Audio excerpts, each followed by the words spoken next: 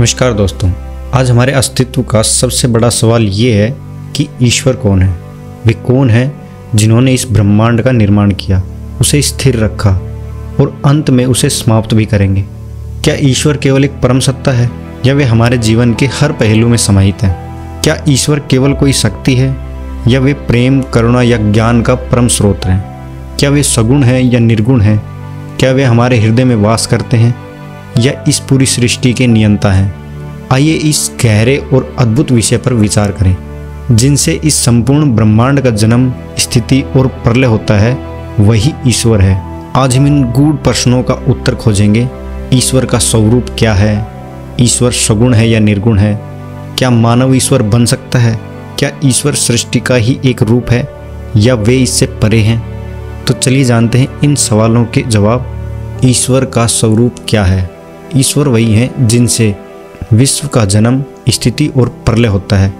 वे अनंत, शुद्ध, शाश्वत, मुक्त और सर्वशक्तिमान हैं। वे सर्वज्ञ हैं और उनकी दया और प्रेम का कोई अंत नहीं।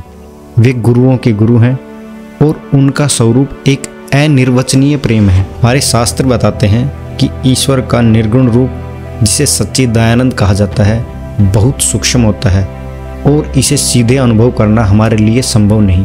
यही कारण है कि भक्तों के लिए ईश्वर का सगुण रूप अधिक सुलभ होता है, लेकिन वास्तव में यह दोनों अलग नहीं है। वही निर्गुण ब्रह्मा ही प्रेम में सगुण भगवान है। जिसे ज्ञानी ध्यान से खोजता है, वही भक्त को प्रेम से मिलता है। जैसे सूर्य का प्रकाश और ऊष्मा अलग नहीं होते, उसी तरह ब्रह्मा और सगुण ईश्वर भी अलग नहीं है। ईश्वर का सगुण रूप और निर्गुण रूप दोनों में कोई भेद नहीं, दोनों ही एक ही ईश्वर के भिन्न पहलू हैं। निर्गुण ब्रह्मा का स्वरूप अत्यंत सूक्ष्म है, जैसा कि हम मिट्टी के उदाहरण से समझ सकते हैं। शास्त्रों में कहा गया है कि ब्रह्मा मिट्टी के समान है, जिससे अनेक वस्तुएं बनाई जाती हैं।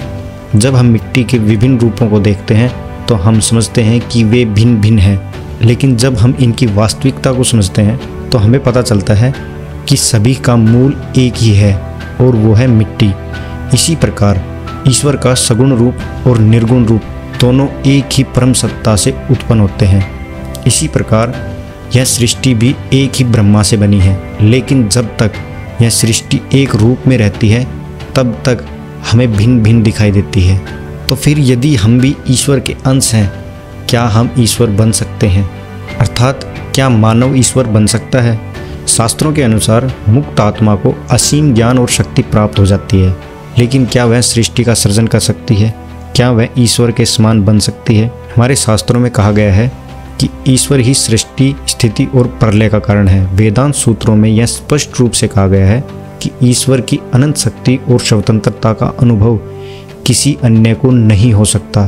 केवल ईश्वर ही इस ब्रह्मांड की नियंता है। विशेष रूप से रामानुज और आचार्य शंकर जैसे महान दार्शनिकों ने यह बताया है कि भले ही हम मुक्त आत्मा बन जाएं, लेकिन हमें कभी भी ईश्वर की शक्ति की बराबरी नहीं मिल सकती। ईश्वर का नियंता रूप केवल उन्हीं के पास है। यही कारण है कि मुक्ति का अर्थ केवल शक्ति प्राप्त करना नहीं, बल्कि ईश्वर के प्रेम में विलीन हो जाना है। तो फिर क्या भक्ति मार्ग ही सर्वोत्तम मार्ग है? भक्ति अर्थात ईश्वर की उपासना केवल सगुण ब्रह्मा के प्रति ही की जा सकती है। जब हम ईश्वर को प्रेम रूप में देखते हैं तो हमारी भक्ति और उपासना गहरी और सार्थक होती है। भगवान की भक्ति के माध्यम से हम न केवल अपनी आत्मा का उद्धार करते हैं, बल्कि सत्य की गहराई को भी समझ सकते हैं। शास्त्रों में कहा गया है, जो स्वयं को भगवान के रूप में देखता है वही असल में सत्य को पहचानता है। गीता में भगवान श्री कृष्ण ने कहा है, केवल भक्ति द्वारा ही मुझे जाना जा सकता है। तो क्या ईश्वर का सच्चा अनुभव प्रेम में छिपा है?